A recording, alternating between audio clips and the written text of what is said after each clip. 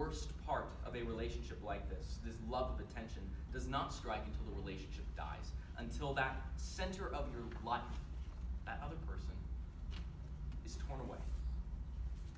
Now, if your relationship looks like this, and your relationship ends, what are you left with?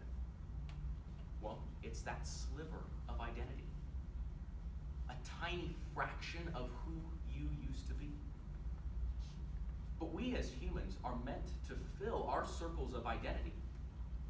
If that circle used to be filled with a relationship, it brought short-lived joy and fulfillment. Now, left with a feeling of abandon, a person who needs validation through attention will seek another person to bond with, and again overlap their identities with this person to a destructive extent, because that's what they've done before. That's what filled their circle. This is why so many people are stuck, jumping from one broken relationship to another, because there is no relationship that will satisfy their need for validation, their love of attention. So, each and every one of you can see how dangerous it is to place one person at the very center of your life. Now, don't get me wrong. Relationships are beautiful, sacred things that bring joy and love when your circles look like this, with a healthy amount of overlap, and not like this. So the question is, how do we have a separate self-identity and a relationship? How can we prevent another person in a relationship from becoming the center of our lives? How do we keep from merely loving attention? Well, it is by placing something else at the center of your life. By finding meaning in something other than interactions with another person. We must preserve the unique portion of our identities.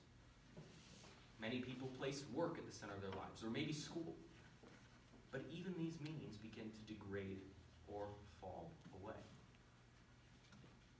So I say that the only lasting meaning you can find to fulfill that circle of identity is God. When you place God at the center of your life, you cannot place another person there.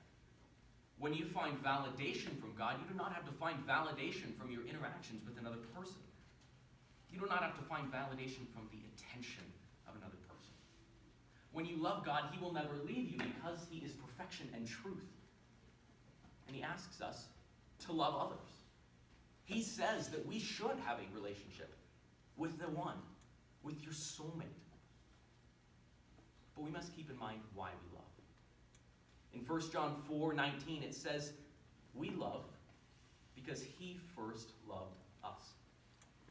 In the same passage, John says, God is love. And all who live in love live in God. And God lives in them. And as we live in God, our love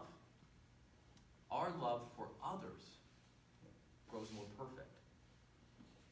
So, if we love because of God, cannot love without God, and know that living in God helps us to love others in a more perfect way,